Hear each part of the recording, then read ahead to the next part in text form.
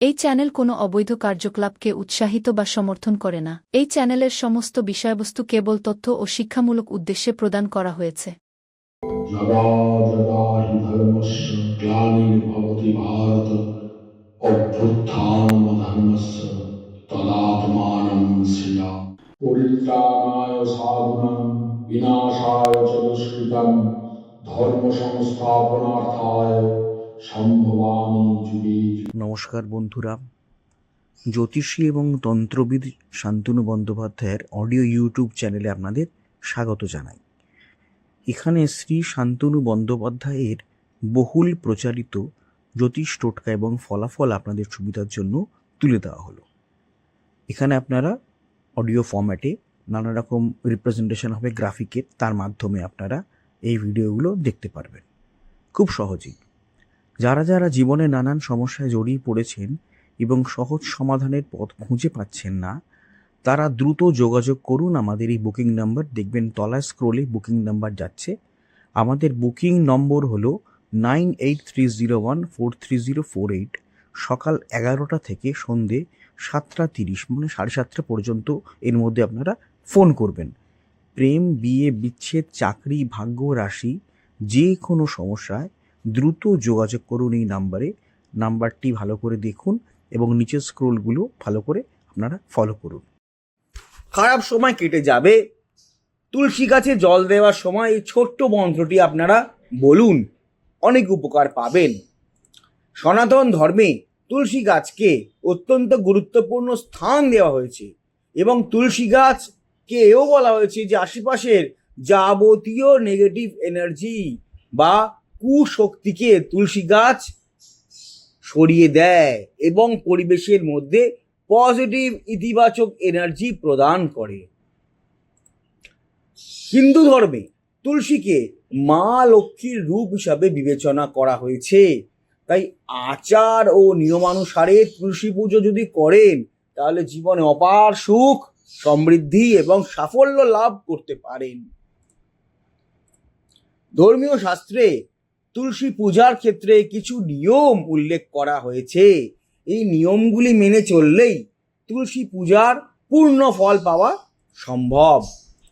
ধর্ম, জ্যোতিষশাস্ত্র এবং বাস্তুশাস্ত্রে তুলসী গাছের পুজো করার অনেক নিয়ম বর্ণিত হয়েছে। এর মধ্যে রয়েছে তুলসী গাছটিকে সঠিক দিকে রাখা, এর রক্ষণাবেক্ষণ, তুলসী পাতা ছেঁড়া এবং তুলসী মঞ্জরির ব্যবহার ইত্যাদি ইত্যাদি রয়েছে। এর পাশাপাশি তুলসী গাছের যথাযথভাবে পুজো ও জল দেওয়ার নিয়মও ব্যাখ্যা করা হয়েছে। আসুন আজকে আমরা কয়েকটি নিয়ম আমাদের সুবিধার্থে জেনে নিই এবং আলোচনা করে নিই। স্নান না করে কখনোই মা তুলসীকে স্পর্শ করবেন না বা জল দেবেন না। সকালে স্নান করে উপবাস করে শুদ্ধ কাপড় পরে মা তুলসীকে জল অর্পণ করা অত্যন্ত শুভ এবং ফলদায়ী। রবিবার এবং একাদশীতে মা তুলসীকে জল নিবেদন করবেন না। এই দিনগুলিতে মা তুলসী ভগবান বিষ্ণুর জন্য নির্জল উপবাস পালন করেন, সেক্ষেত্রে আপনারাও জল কিন্তু দেবেন না। সন্ধ্যায় মা তুলসীকে অর্থাৎ তুলসী উদ্ভিদে জল দেবেন না। এই সময় একটি ঘিয়ের প্রদীপ আপনারা প্রজ্বলন করুন, অনেক ভালো হবে। জ্যোতিষ শাস্ত্র অনুসারে তুলসী গাছে জল নিবেদনের সময় যদি কোনো বিশেষ একটি মন্ত্র উচ্চারণ করা হয় তবে অনেক গুণ বেশি ফল লাভ করা যায়। জীবনে সুখ এবং সমৃদ্ধি দ্রুত চলে আসে। সংকট এবং সমস্যার থেকেও আপনারা এই মন্ত্র জপে মুক্তি পেতে পারেন। এই মন্ত্রটি হলো, বলছি আমি শুনে নিন। মহাপ্রসাদ জননী সর্ব সৌভাগ্য বর্ধনী আধি ব্যাধি হর নিত্যম তুলসীত্তম নমস্তুতে। মন্ত্রটি আবার বলছি। মহাপ্রসাদ জননী সর্ব সৌভাগ্য বর্ধিনী আদি ব্যাধি হর নিত্যম তুলসীত্তম নমস্তুতে। এই মন্ত্রটি আপনারা জপ করবেন তুলসী গাছে জল দেওয়ার সময়। কম করেও 5 বার এই মন্ত্রটি কিন্তু জপ করবেন। আরেকবার বলছি মন্ত্রটি। মহাপ্রসাদ জননী সর্ব সৌভাগ্য বর্ধনী আধি ব্যাধি হর নিত্যম তুলসীত্তম নমস্তুতে। আপনারা অতি অবশ্যই কদিনের মধ্যেই চলে আসছে, অ্যামাজনে পেয়ে যাবেন শোধন দ্রব্য। আমি বলে দেব, লিংক দিয়ে দেব, এবং সেই শোধন দ্রব্য কিনে আপনারা যে কোনো জায়গায় থাকেন না কেন, আপনারা ওটা যদি কিনে রেখে দেন অনেকদিন চলে যাবে। যেমন অমৃতবিন্দু স্নান দ্রব্য 1 চিমটি করে, আপনারা যদি একটা ডিব্বা, এই ডিব্বাটা কেনেন বহু দিন আপনাদের চলে যাবে। হ্যাঁ, আপনারা অতি অবশ্যই কিন্তু অ্যামাজনে গিয়ে নবগ্রহ বাথ পাউডার বলে সার্চ করলে এটা পাবেন। আর তারপর শোধন দ্রব্য আমি যখন করে দেবো আমি বলে দেবো, ইন্ডিয়া মার্টেও পাবেন।